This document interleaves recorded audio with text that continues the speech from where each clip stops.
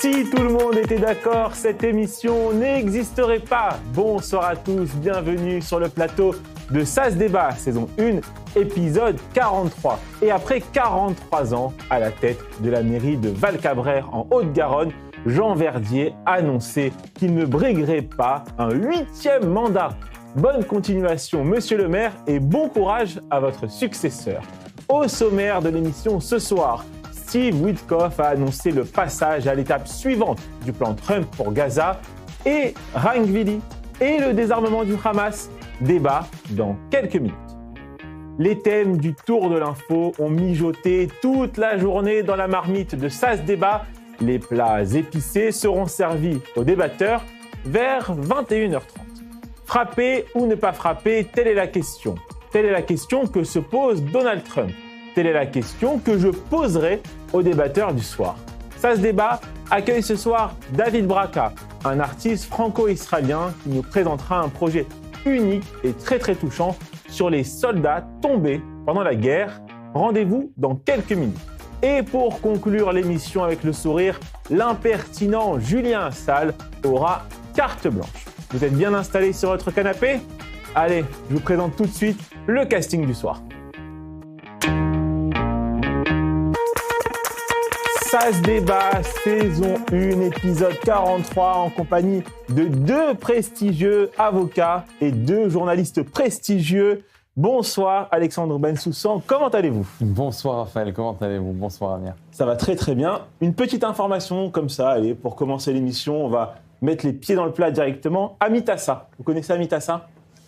Le chanteur ? Non. Amitassa, c'est un ancien responsable du Shin Bet. On le voit ici, nos téléspectateurs le connaissent bien parce qu'il passe fréquemment sur l'antenne d'i24 News, en particulier dans l'émission Défense.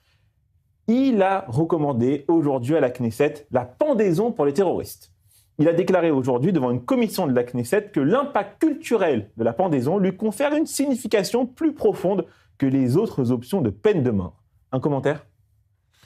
La pendaison en Israël, déjà, la pendaison en Israël, c'est le seul moyen qui a été utilisé en fait pour mettre à mort, c'est-à-dire Eichmann, donc la seule personne qui a été condamnée à mort dans toute l'histoire d'Israël.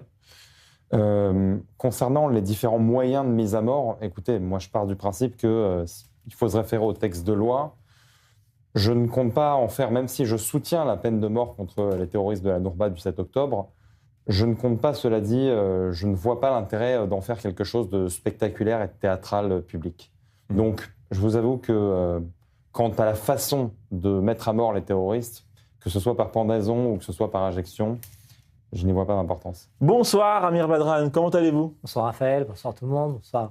Amir Badran, est-ce que vous savez ce qu'est une bromance ? Bromance ? Une bromance ? Non, je ne sais pas. Une bromance est une amitié très forte entre 2 hommes. Ok.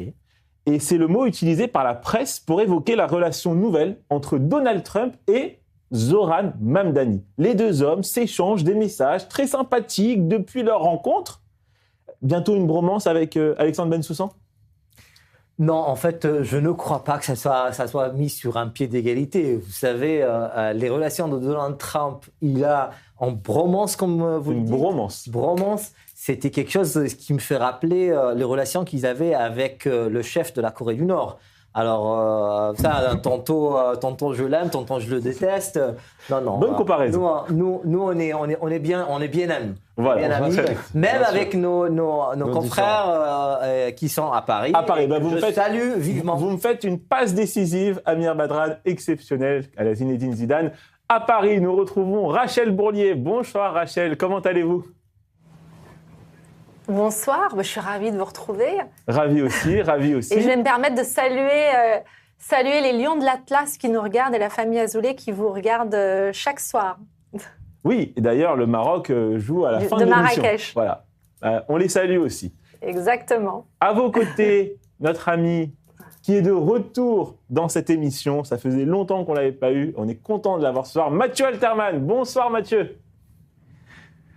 Bonsoir, merci de m'accueillir ce soir, même si l'actualité est très lourde et qu'on va s'amuser moyennement, j'imagine quand même. Mais un petit mot tout de même, parce que vous êtes un homme de culture, un homme de la chanson. Un petit mot sur la disparition de Daniel Balavoine. C'était le 14 janvier 1986, il y a exactement 40 ans. Oui, il y a exactement 40 ans, c'était les débuts de la fin des années 80 par le prisme de l'année 86, puisque 1986 voyait la disparition de Daniel Balavoine, de Coluche, de Thierry Leluron. Donc on considère, à juste titre, parfois que les années 80 françaises sont mortes fin 86. Balavoine, avec le recul, on se rend compte que c'était un immense artiste et dont le dernier album, Sauver l'amour, est certainement un des plus grands albums jamais réalisés par un artiste français. Et ce qui est bien, c'est qu'il est écouté par la jeune génération et il n'a jamais été oublié. Ben voilà, très bel hommage à Daniel Balavoine. Je m'en doutais au moment où j'ai préparé cette introduction. Découvrons à présent quels débatteurs ont gagné les face-à-face de l'émission d'hier, qui était particulièrement chaude, on va dire. Il y a eu beaucoup de clash dans l'émission d'hier. À la question « L'Iran, Donald Trump fait-il preuve de faiblesse ?» Vous êtes d'accord à 52% avec Rost. Deuxième victoire consécutive pour Rost. Assez exceptionnel. Bravo Rost. Et à la question « La gauche israélienne doit-elle tourner la page du slogan « Tout sauf Bibi ?» Vous êtes d'accord à 83% avec Caroline Sportes qui, elle, enchaîne les victoires. Les présentations sont faites. Entrons maintenant dans le vif du sujet avec le premier débat de l'émission. Steve Witkoff a annoncé le passage à la phase 2 du cessez-le-feu à Gaza. Cette révélation a inspiré 7 questions à l'équipe de SAS Débat. Le plan Trump pour Gaza compromet-il les chances de libération du dernier otage israélien, Ran Gvili? Alexandre Bensoussan a répondu oui et Amir Badran a répondu non. Débat, bromance, pas bromance. SAS Débat, saison 1, épisode 43, face à face numéro 1, c'est parti. Alexandre, vous commencez 1 minute pour convaincre nos téléspectateurs. Attention, il ne faut pas dépasser le temps. Amir, vous enchaînez juste après. Tout le monde est prêt? Tout à fait. Allez Alexandre, c'est à vous. Cette situation, on la connaît déjà. Moi, j'ai pour habitude de parler de faits et de ne pas parler d'opinions subjectives de chacun. En 2014, à la fin de l'opération Soukheitan, bordure protectrice, le corps de Hadar Goldin a été détenu et maintenu en otage jusqu'à aujourd'hui pendant 11 ans dans la bande de Gaza. Et ce, malgré les pourparlers et malgré le fait qu'on soit arrivé à un retrait unilatéral de nos troupes dans la bande de Gaza. Par conséquent, le fait d'arriver à quelconque conclusion, que ce soit un plan de paix de Trump ou que ce soit un retrait unilatéral ou un accord avec le gouvernement israélien, ne nous rendrait pas le corps de Ran Gvili. De plus, je pense que cela engendrerait le fait que les négociateurs, qu'ils soient des négociateurs américains, des négociateurs égyptiens, des négociateurs qataris, perdraient tout effet de levier sur le Hamas, qui, on le rappelle, ne tirerait en fait de cette leçon-là qu'une grande victoire, étant donné qu'il s'agit d'un mouvement islamiste extrémiste. Par conséquent, il n'y verrait que le fait d'avoir pu préserver son Amir Badran, un peu plus de 60 secondes parce que notre ami Alexandre a dépassé. Allez-y. Moi, je dirais que toute vie humaine est importante et le respect des corps aussi. Mais le sort de plus de 2,2 millions de Palestiniens gazaouis ne peut pas être réduit au fait du retour d'un seul corps, alors qu'il existe en ce moment même plus de 15 000 corps palestiniens qui sont sous les débrouilles, sous les encombres, sous les décombres, faute de pouvoir d'avoir les moyens de les extraire, faute de pouvoir les identifier et faute de pouvoir les enterrer avec respect. Je dirais que le plan de Trump, dans sa deuxième étape, a 3 buts essentiels. Le premier, c'est le passage du cessez-le-feu à un démantèlement armé. Le deuxième, c'est la direction de Gaza par un nouveau gouvernement qui sera technocrate, professionnel et palestinien. Et la troisième, c'est la mission impossible, c'est de rebâtir Gaza et les Gazaouis. Merci beaucoup à tous les deux. Rachel Bourlier, vous connaissez la première question après le face-à-face. Est-ce que vous êtes plutôt d'accord avec Alexandre ou avec Amir? Écoutez, vous connaissez un petit peu mon influence politique, ma sensibilité. Je vais me rejoindre Alexandre. En ce qui me concerne, je pense qu'on ne peut pas avancer, c'est une faute morale et on n'écrit pas le jour d'après sur le sang d'un otage oublié. Et je trouve que Washington fait preuve de faiblesse. Il y a un devoir moral. On doit ramener le corps de cet otage.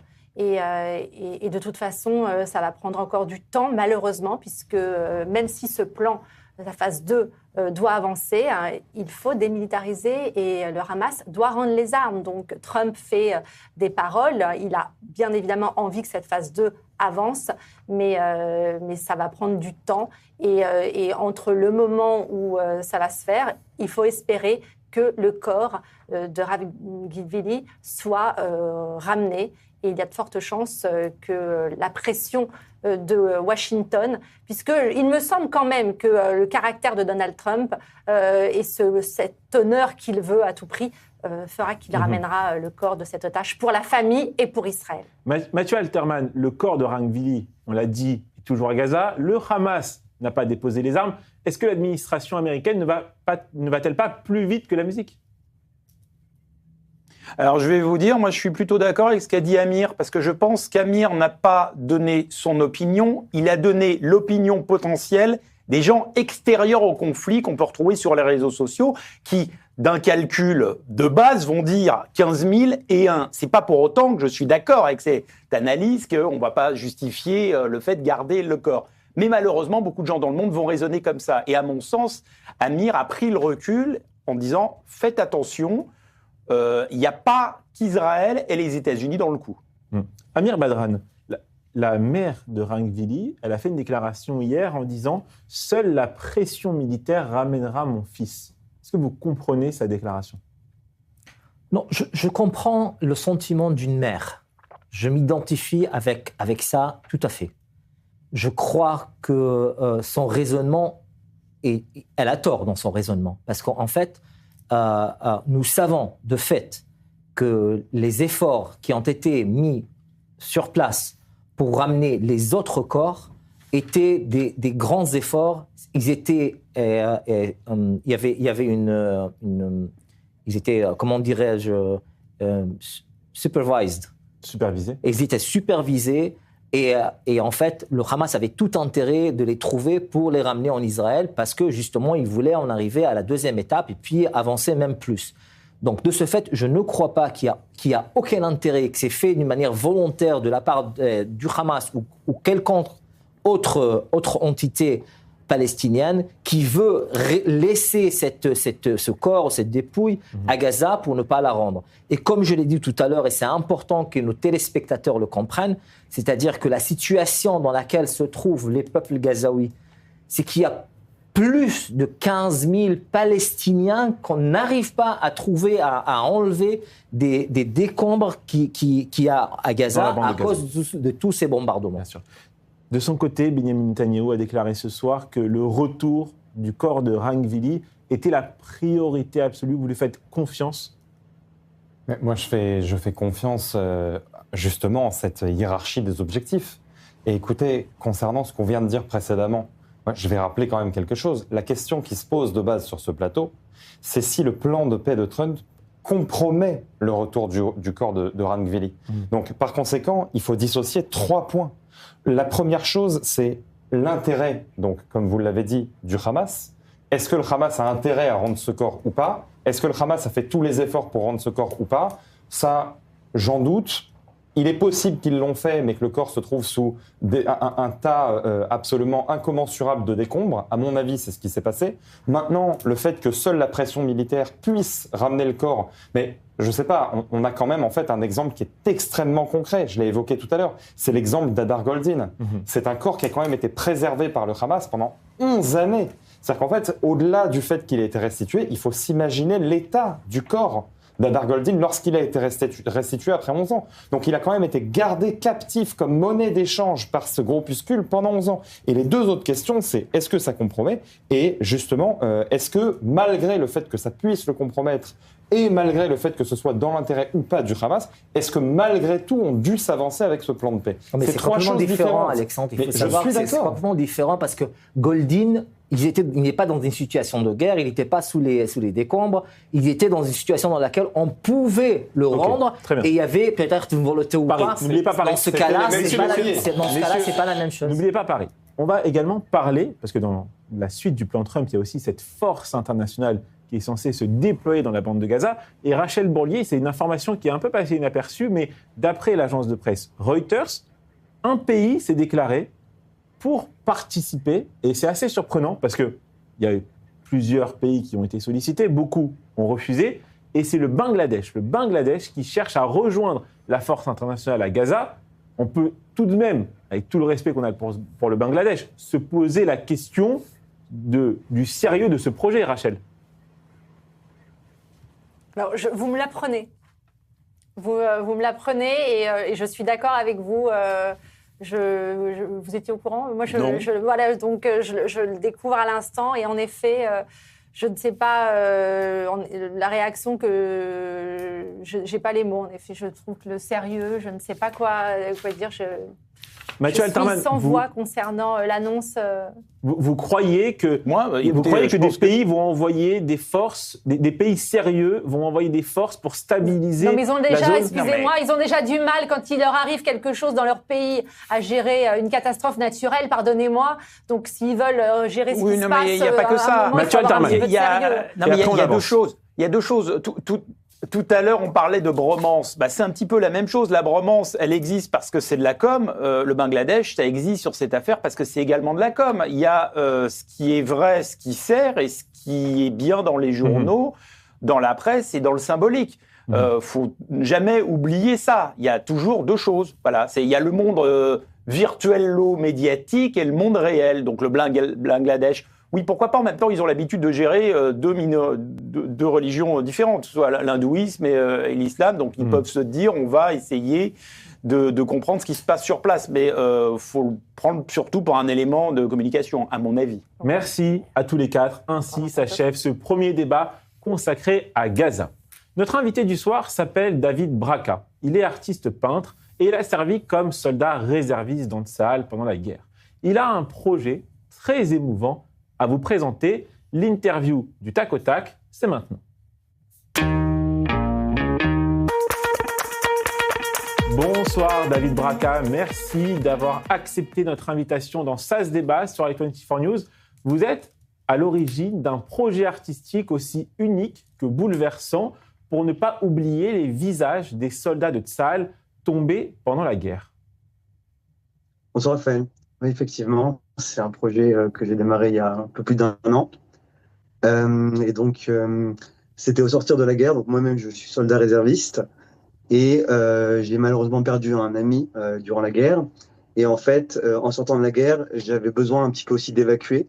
Et donc, quoi de mieux pour moi en tant qu'artiste que de dessiner, que de peindre. Et j'ai décidé de le faire justement au début en commençant à honorer la mémoire de mon ami qui était tombé. Et ensuite, donc, ça m'a inspiré ce projet-là où j'ai eu envie en fait de dessiner, avec l'aide de Dieu, tous les soldats tombés au combat, Bezrat Hashem.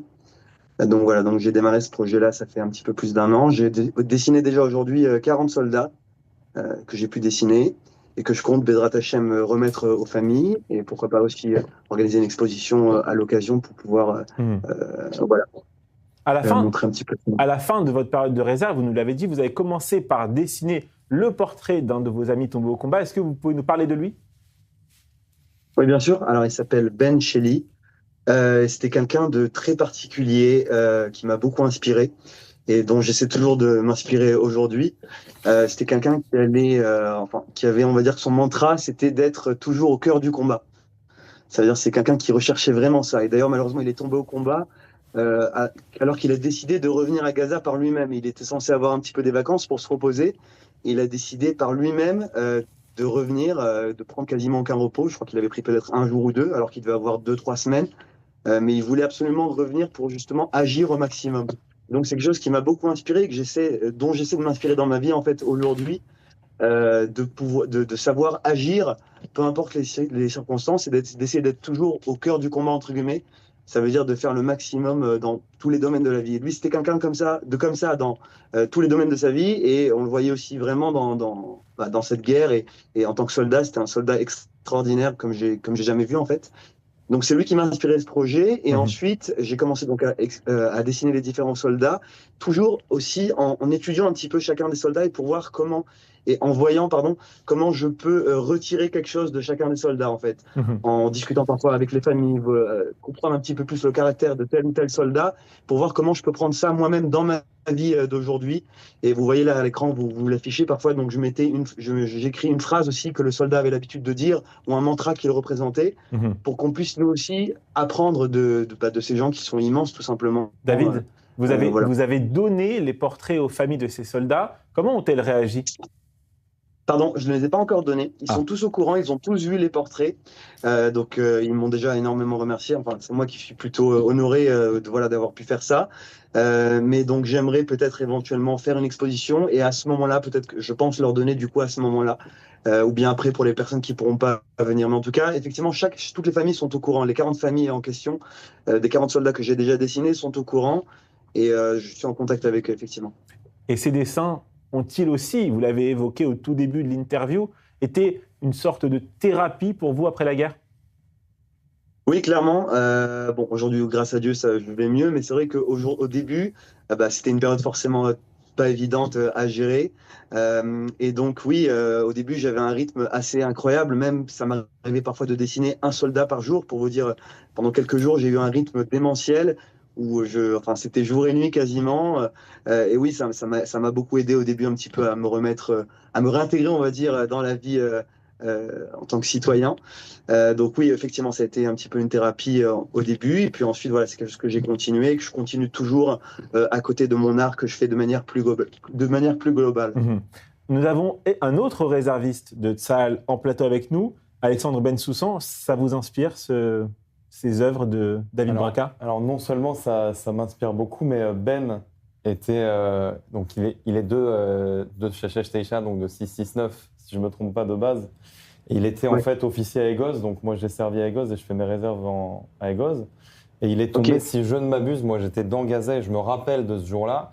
Il est tombé lors de l'événement tragique de Golani, donc là où Tomer Greenberg est tombé le 12 décembre 2023, et j'étais dans Gaza et je me rappelle en fait dans la radio militaire, c'était le premier jour de pluie sur Gaza lorsqu'on nous a annoncé donc que Tomer Greenberg est tombé et que tout son entourage, donc tous les officiers qui étaient avec lui étaient tombés aussi, et le nom de Ben a été annoncé en fait le soir même quand on est revenu de la mission en fait dans Gaza, il a été annoncé à la radio, et ça a été un moment qui a été très très émouvant. Ouais. Rachel Bourlier, un commentaire sur tout ce que vous venez d'entendre? Merci, David Braca, je vous trouve très inspirant. J'ai beaucoup de respect pour tout ce que vous venez de dire et ce que vous faites, et je pense aux familles qui doivent être très, très touchées. Et moi, là, je suis très émue en vous entendant. Mathieu? Merci pour tout. Merci. Oui, moi j'avais une question pour David. Je voulais savoir si ce qu'il a vécu sur le terrain a eu un impact sur son inspiration artistique, sur les tableaux qu'il faisait, mais pas sur ce sujet-là, sur les autres. Est-ce que ça a changé sa manière de peindre? Une question très pertinente, c'est oui, totalement le cas.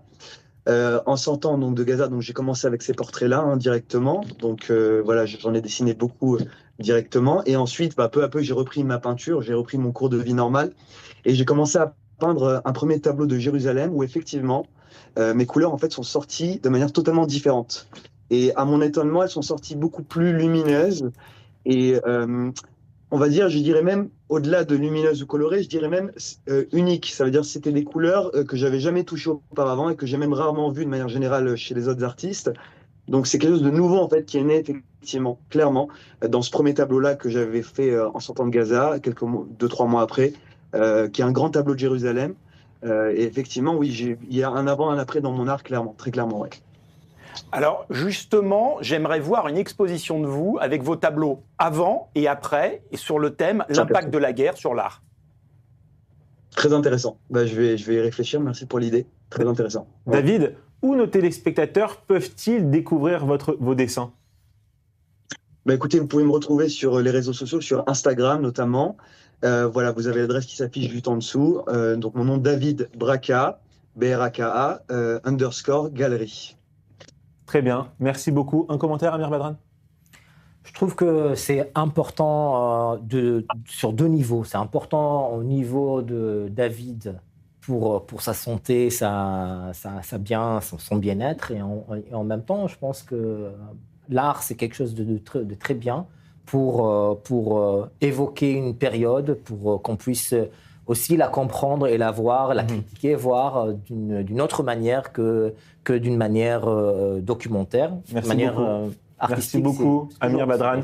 Merci beaucoup à vous, David Braka. On suivra votre travail sur les réseaux sociaux et s'il y a une annonce d'exposition, vous êtes le bienvenu pour revenir nous en parler.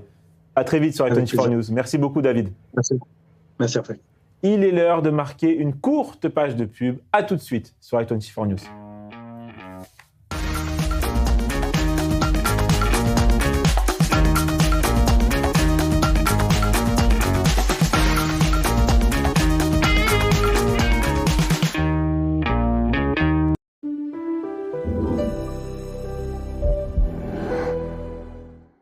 Vous vous souvenez de cette époque?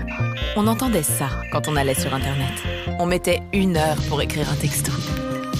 Les téléphones à clapet étaient cool. Et on découvrait les forfaits illimités. Jusqu'à aujourd'hui, où on stream, on fait des stories, des tutos, des vocaux, des visios. Mais tout ça pour dire les mêmes choses. On en a vécu des choses ensemble depuis près de 40 ans. Chez SFR, on s'engage chaque jour pour nos 25 millions de clients. SFR, on s'engage pour vous. Vous vivez en Israël ou préparez votre alia? Félicitations. Vous avez un téléphone? Parfait. Téléchargez gratuitement l'appli Olim et découvrez tout ce que nous avons à vous offrir. Prise de rendez-vous médicaux et administratifs, paiement de vos factures, vérification de dettes, traduction instantanée, recommandations de professionnels, suivi de demandes et bien d'autres choses encore. Et si vous n'y arrivez pas tout seul, notre équipe parle votre langue et vous aide dans toutes vos démarches en Israël, à partir de 99 shekels par mois en illimité et pour toute la famille. Alors n'hésitez plus. Téléchargez l'appli ou contactez-nous. Les équipes du Magen David Adom sauvent des vies. Ambulance, unité mobile, dons du sang, secouristes. Ils sont sur tous les fronts, pour tous, sans distinction. En cette fin d'année, votre don peut tout changer. En France, chaque euro compte et chaque don renforce la capacité du MDA à intervenir plus vite, plus loin, plus fort. Cette année, faites un geste qui sauve. Soutenez le Magen David Adom. Parce que sauver une vie, c'est sauver un monde entier. Certains achètent un bien, nous détectons les opportunités. David Jamie Group, l'expérience au service de ceux qui veulent investir autrement. Aujourd'hui, Dubaï explose. Croissance exceptionnelle, fiscalité avantageuse, sécurité incomparable et une rentabilité unique au monde. Entourés des meilleurs experts, nous chassons sur place et à vos côtés les opportunités les plus prometteuses. À Dubaï, mais aussi à Miami, Tel Aviv et Paris. Vous voulez investir intelligemment? Sécuriser votre avenir dans les plus belles villes du monde? David Jamie Group, Real Estate Opportunities.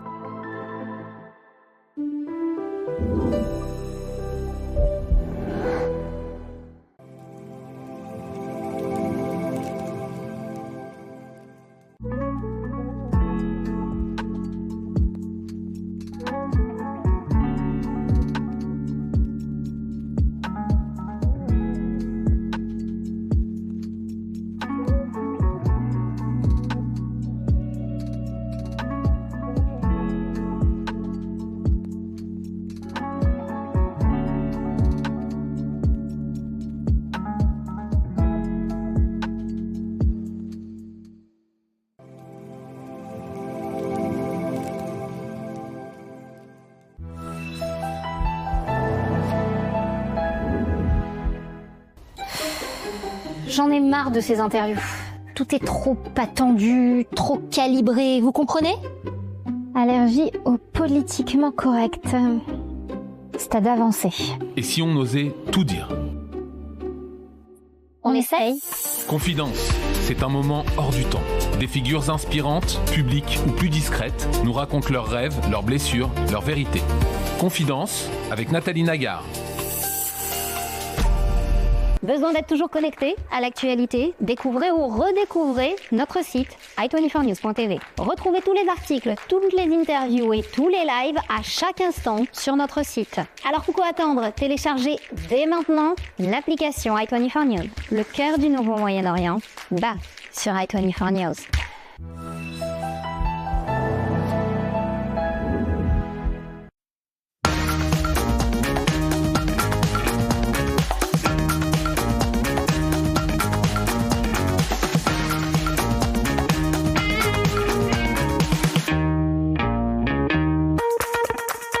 De retour sur le plateau d'i24 News après une très belle séquence avec David Braca et pendant la publicité, on discutait des événements possibles de la nuit. Je posais la question s'il y allait y avoir une attaque américaine sur l'Iran, comment ils riposteront, quelle est leur rationalité, est-ce qu'ils vont envoyer toutes les bombes qu'ils peuvent dans un suicide collectif ou s'ils sont beaucoup plus rationnels. Bon, ok, on va en parler dans quelques minutes.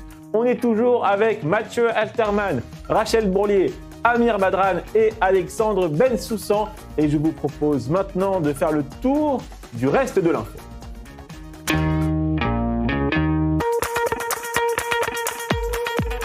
Honneur aux dames, on commence avec votre information, Rachel Bourlier, un article de nos confrères du Figaro. L'ONG protestante évangélique Portes Ouvertes publie son index mondial annuel qui atteste de la croissance constante des violences antichrétiennes.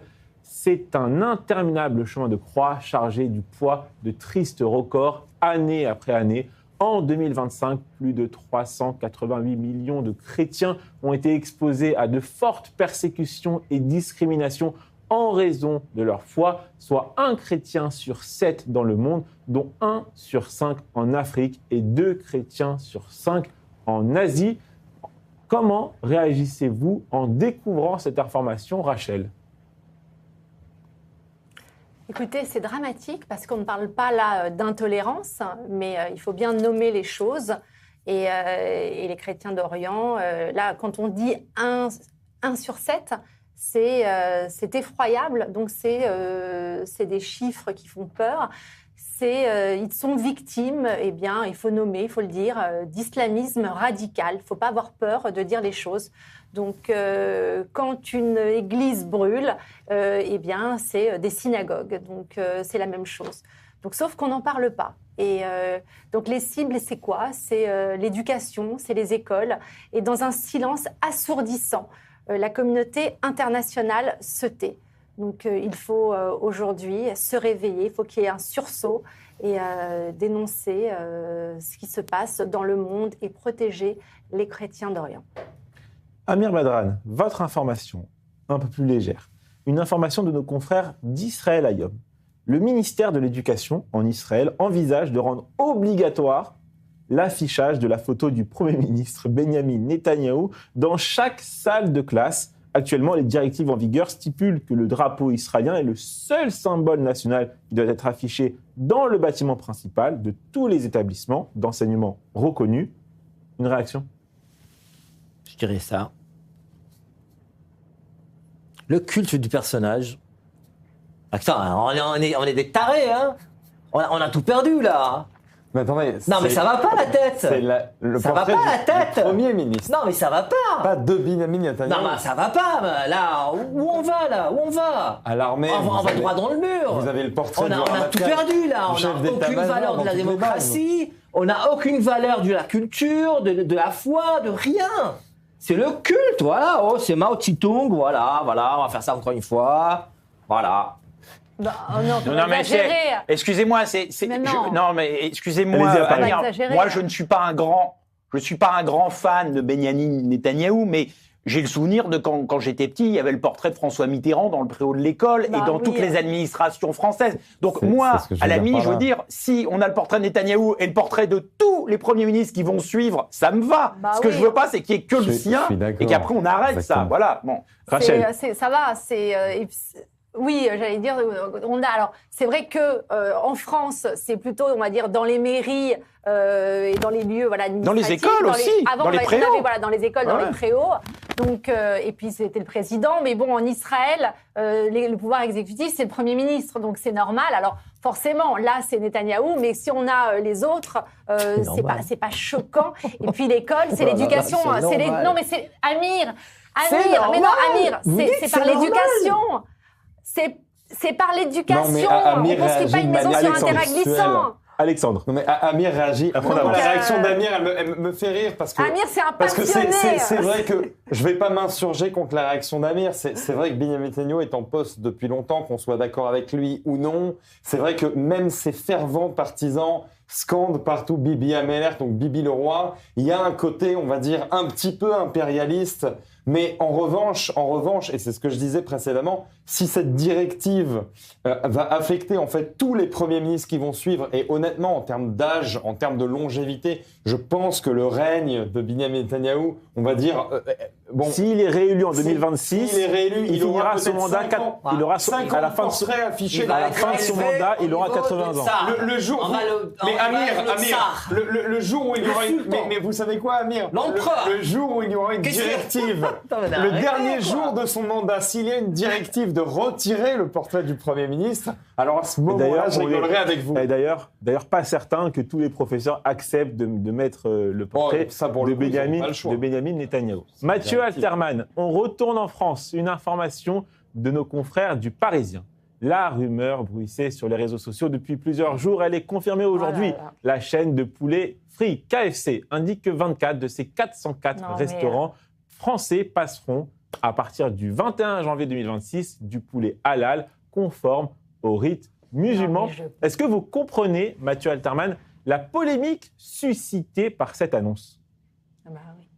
Alors, il y a deux niveaux. Je comprends la polémique au niveau sociétal, puisqu'on se dit la France est quand même un pays laïque. Pourquoi convertir tout au halal dans la restauration? Maintenant, sur le plan économique, je comprends pourquoi la décision est prise. C'est-à-dire qu'ils ont une clientèle majoritairement qui mange halal, donc ils se disent autant changer halal. Bah si, ils le font que pour l'argent. Ils ne le font que pour l'argent. Alors pardon. Ils le font que pour l'argent. Ils le font surtout pas par idéologie, machin. C'est juste pour avoir plus de clients musulmans, c'est tout. Alors pardon, moi je suis désolée.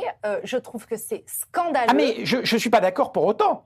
Alors, je ne suis pas pour autant d'accord, sauf que malheureusement, je vous le dis, ça fait partie des excès du capitalisme débile. C'est qu'ils font un tableau, ils voient la clientèle qui est laid, ils se disent on va faire halal, on aura plus de monde. Moi, je vais dire, c'est pas seulement pour ça. Ils se sont dit, voilà, on va plaire à une clientèle et on va faire, parce qu'ils auraient pu faire autre chose. Ils auraient pu dire, on va faire une partie halal et une partie, on va dire, normale. Moi, ce qui me gêne, c'est ce prosélytisme qu'on impose et qu'on est en train de faire. Parce que là, en gros, on est en train de nous dire, ça va être tout halal et point barre. Et je suis désolée, avant, on pouvait manger autre chose. Merci Rachel. Et là, on nous oblige, c'est marche ou crève. Donc, c'est tout. Moi, je vais vous surprendre, Rachel. Je suis tout à fait d'accord avec Mathieu. Je pense en fait que vous confondez là cause et effet. C'est-à-dire que c'est pas KFC qui va chercher à faire du prosélytisme pour attirer des clients. On est dans un monde capitaliste. Le nerf de la guerre, que ce soit économique ou que ce soit la guerre, donc à proprement parler, c'est l'argent. KFC se doit en fait d'avoir de la croissance. KFC se doit d'être productif.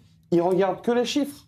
Et par conséquent, sachant qu'en France, il y a une population croissante qui mange en fait halal, ils doivent en fait répondre. Ceux qui sont à blâmer, c'est pas KFC, c'est pas les dirigeants de KFC. Ceux qui sont à blâmer, c'est les politiciens qui ont laissé justement en fait une vague migratoire qui a des effets néfastes, qui n'a pas que des effets néfastes, mais qui a des effets néfastes. Et en fait, si on a quelque chose à dire contre ça, je dis bien si on a quelque chose à dire, il faut se tourner vers les dirigeants de son pays, pas vers les dirigeants de KFC. Un petit mot, Amir Madran.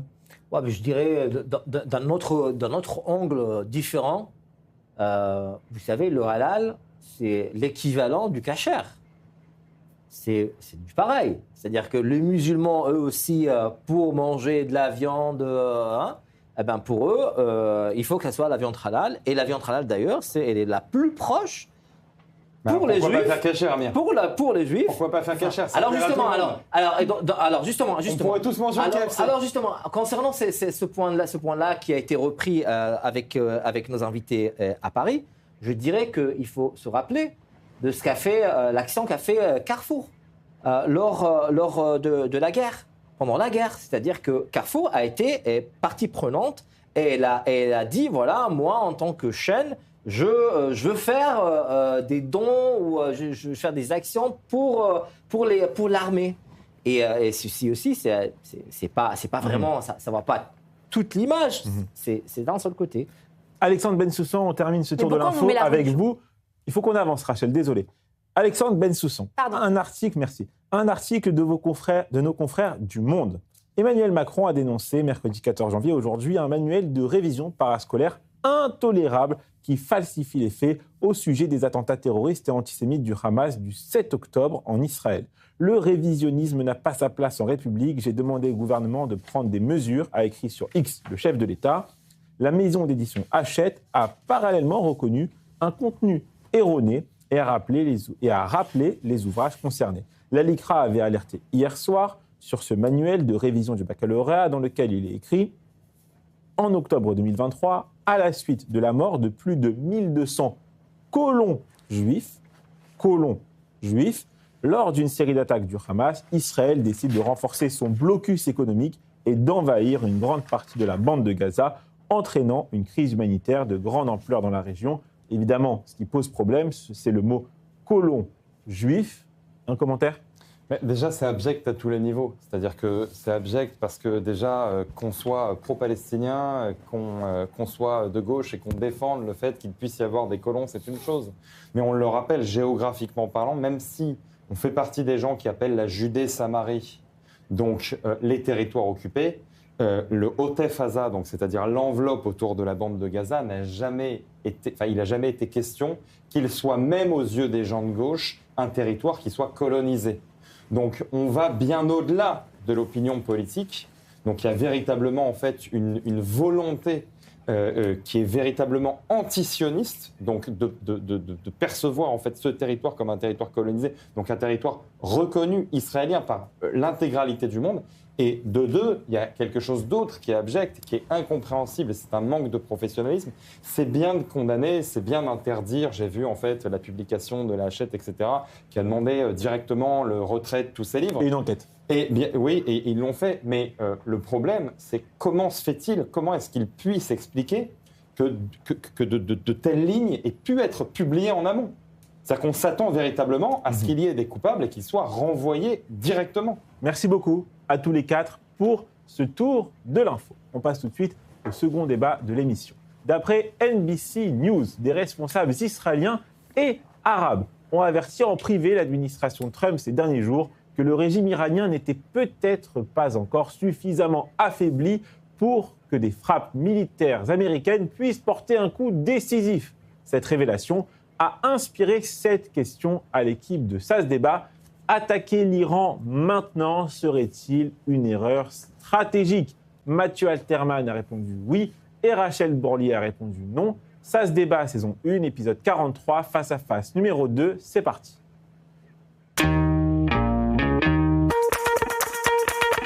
Que vous avez 1 minute pour convaincre nos téléspectateurs qui voteront ensuite sur le compte Instagram d'i24 News en français. On révélera les résultats demain, en début d'émission. Rachel, vous enchaînez juste après, vous connaissez le principe. Tout le monde est prêt ? N'oubliez pas, vous avez 1 minute et vous devez convaincre les téléspectateurs. Mathieu, c'est à vous. Il faut être prudent. Je suis évidemment pour une intervention à un moment donné de la part des États-Unis, mais pas maintenant et de manière irréfléchie. Pour la raison simple, c'est que si les Iraniens ont coupé Internet dans le pays, c'est pas pour dissimuler les gens qui se révoltaient, c'est pour dissimuler les gens qui soutiennent les gardiens de la révolution. Et malheureusement, ils sont nombreux. Vous savez, c'est comme quand on parle de la Turquie d'Erdogan et on est toujours étonné qu'il soit réélu. Bah oui, la Turquie, c'est pas qu'Istanbul. Et l'Iran, malheureusement, ce n'est pas que Téhéran avec des étudiants éclairés. D'autre part, il y aura des impacts non pas que auprès des pays frontaliers, mais du fameux axe Russie, Chine, Iran. Je suis convaincu que le gouvernement va tomber à un moment.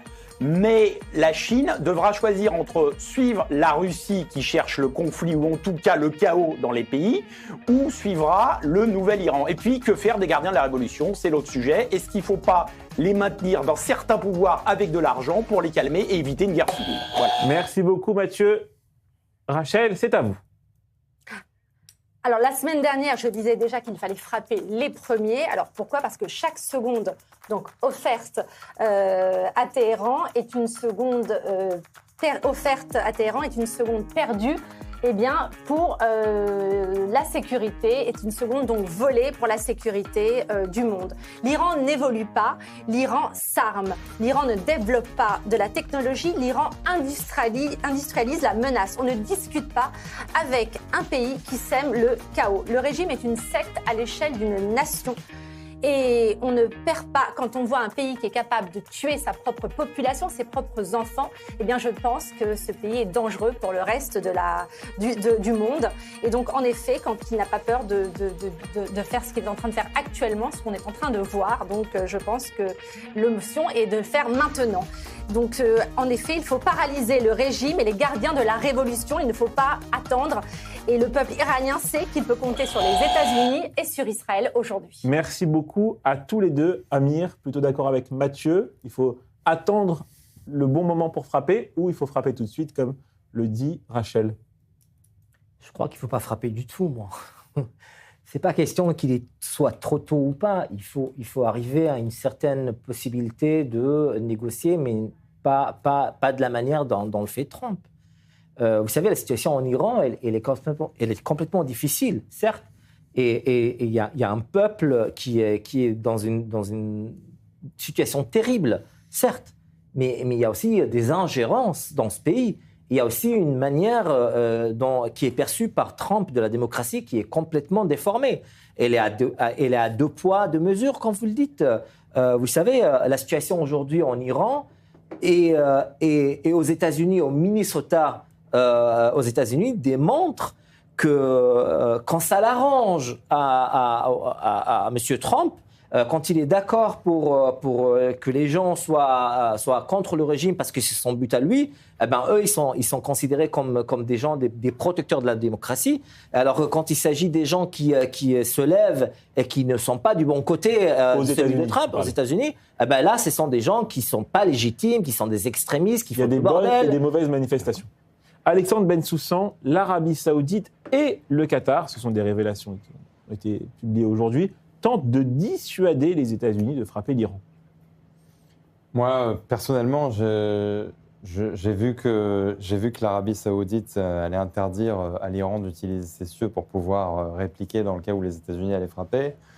Si le Qatar et l'Arabie Saoudite essaient de dissuader les États-Unis, c'est sûrement en fait pour faire bonne figure, parce qu'il faut sûrement un front uni parmi les pays arabes. Mais je voulais juste revenir sur ce que Amir disait. Moi, vous savez, sur les réseaux sociaux, je vois beaucoup de posts de la communauté juive qui ont pour but, en fait, de venir clamer qu'il faut aller sauver le peuple iranien, il faut rendre à Cyrus le Grand la faveur qu'il a fait au peuple juif il y a plusieurs années. Je me dissocie complètement de ça. Je ne prétends pas être le grand sauveur des Iraniens en Israël. La seule chose que je vois, et en fait c'est ce que j'aime bien chez Donald Trump, c'est que c'est quelqu'un qui dit la vérité. Il ne va pas vous dire qu'il est parti en Irak pour aller déloger Saddam pour y établir la démocratie. Il va vous dire très honnêtement, non, je suis parti au Venezuela et je vais saisir les barils de pétrole des Vénézuéliens parce qu'ils nous les doivent. Et c'est comme ça. Et en réalité, moi, j'ai envie d'adopter la même ligne et de vous dire, mais attendez, il faut frapper en Iran, non pas pour aller délivrer le peuple iranien parce que nous sommes le peuple juif illuminé. Il faut frapper en Iran parce qu'en réalité, l'axe du mal est brisé. Avec la chute de Assad en Syrie, on a la communication entre le Hezbollah, qui était le proxy principal de l'Iran, et l'Iran, qui est tombée. Le Hezbollah est dans une impasse qui est absolument terrible face aux chrétiens libanais qui commencent à reprendre justement la main dans le pays.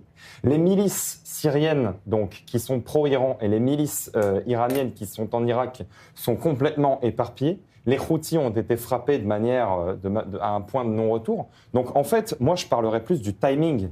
Et en réalité, moi, la seule chose qui m'importe, habitant en Israël, à ma petite échelle, c'est de ne plus vivre avec une menace nucléaire au-dessus de la tête. Donc, sachant qu'on a ce timing-là, il faut l'utiliser. Alexandre, je voudrais juste... Allez-y, Mathieu. Alexandre, je voudrais juste réagir sur ce que vous avez dit. Vous avez parlé du sud Liban. Moi, j'ai une inquiétude. C'est comment gérer les extrémistes au pouvoir aujourd'hui pour éviter qu'ils aillent s'installer au sud Liban et qu'ils renforcent justement le Hezbollah. Ça va être ça le danger aussi. C'est-à-dire que comment on va gérer les gardiens de la Révolution? Est-ce qu'il ne faut pas, je vais dire peut-être naïvement, tout simplement leur confier un pouvoir symbolique encore, même dans un gouvernement de transition, et de l'argent tout simplement parce que on les aura par l'argent. Mais justement, c'est paralyser complètement les gardiens de la Révolution et le régime. L'idée, c'est ils ont des soutiens, malheureusement. Il y a beaucoup de soutien encore en Iran. L'idée, c'est que si Israël et les États-Unis attaquent, c'est de les paralyser complètement. Sauf que s'ils attaquent, il n'y a plus de révolution dans les rues. Parce que c'est trop dangereux. Amir Badran, la population iranienne compte. Il y a un jeune manifestant qui s'appelle Efran Soltani. Il risque la pendaison pour avoir participé aux manifestations antigouvernementales. C'est un cas qui est ressorti, parmi d'autres, par la presse occidentale, pour mobiliser l'opinion publique sur le sort de la jeunesse iranienne. Est-ce que Donald Trump doit agir, et non, au contraire de ce que disait Alexandre, comme un sauveur pour ce peuple? Je ne suis pas d'accord sur le point de départ que Alexandre venait de dire concernant les vraies intentions de Donald Trump. Donald Trump ne le dit pas vraiment aussi clair que ça. Pour le Venezuela, il a été clair quand même. En tout cas, l'administration américaine, ce qu'elle vend au monde, c'est que nous, on est les grands sauveurs de la démocratie. Après, de fait, ce qui est en train de se passer, comme vous l'avez dit en Venezuela, une fois que Maduro a été enlevé, ils s'en foutaient royalement des droits de l'homme, du gouvernement, de ce qui va prendre le pouvoir en Venezuela. Au Venezuela, il était concerné uniquement par le pétrole. Donc, écoutez, dire que Trump ou Israël même sont concernés par le bienfait des Iraniens. J'ai pas la prétention de dire ça. Non, là-dessus on était d'accord. Mais d'ailleurs, je pense que si Trump intervient, c'est pour endiguer justement la Russie. Justement, alors j'ai dit, écoutez, c'est triste. L'objectif de Trump, c'est même au-delà même de la Russie. C'est la Chine, et on le sait bien. Bien sûr, c'est la Russie et la Chine. C'est de pouvoir endiguer l'Iran, qui a une superpuissance en termes de ressources naturelles. Rachel Bourrier. Et dire que Trump, il est honnête et clair, Rachel, faut dire, il est direct. Faut pas aller trop loin, quand même. Il a dit plus honnête. Aujourd'hui, il dit... Il est plus honnête que Bush. Rachel Bourrier, le mot de la fin pour vous. Washington a confirmé aujourd'hui le retrait de troupes de bases militaires au Moyen-Orient par mesure de précaution, c'est-à-dire que Washington anticipe une riposte iranienne sur ses bases dans la région. Est-ce que ça vous inquiète, ça ?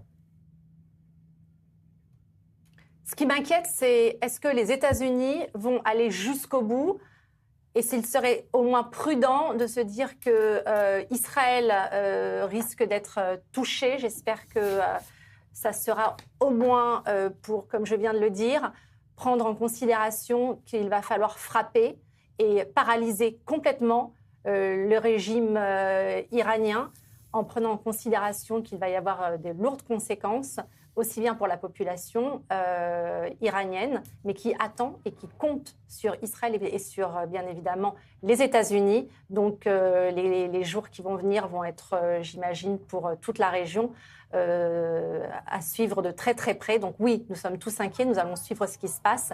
Mais la population iranienne, n'oublions pas, la personnalité la plus populaire en ce moment, c'est Benjamin Netanyahou, n'en déplaise à Amir Badran. Et ils vont mettre les portraits de Benjamin Netanyahou dans les écoles en Iran. Voilà. Et voilà, peut-être, on est content. Voilà.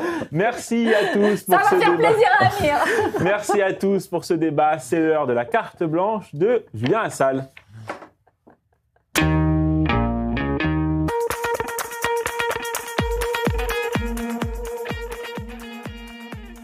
Et oui, salut tout le monde. Allez Raphaël, c'est de nouveau la guerre.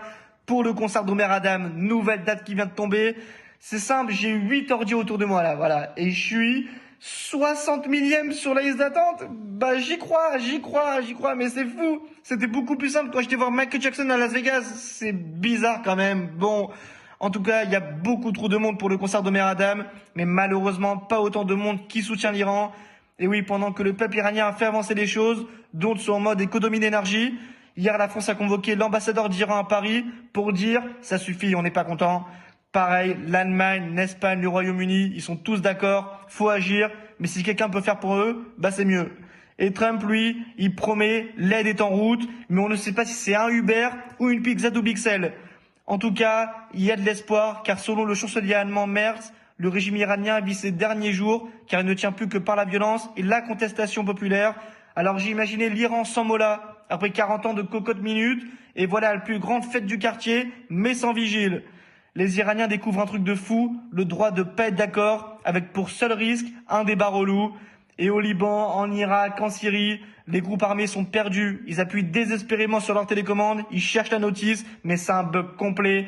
Alors moi je dis courage au peuple iranien, et vivement ce jour sans Mollah, ce jour où si un Mollah au sortir, ce sera une photo de classe historique, et ciao.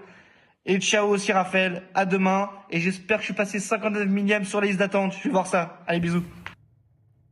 Ainsi s'achève cette émission. Merci à Rachel Bourlier, Mathieu Alterman. Vous revenez quand vous voulez. Amir Badran et Alexandre Bensoussan. Tout de suite, le journal de 22h, suivi de votre émission préférée, Défense avec Chani Guidalia. Restez avec nous sur i24 News. Bonne soirée à tous.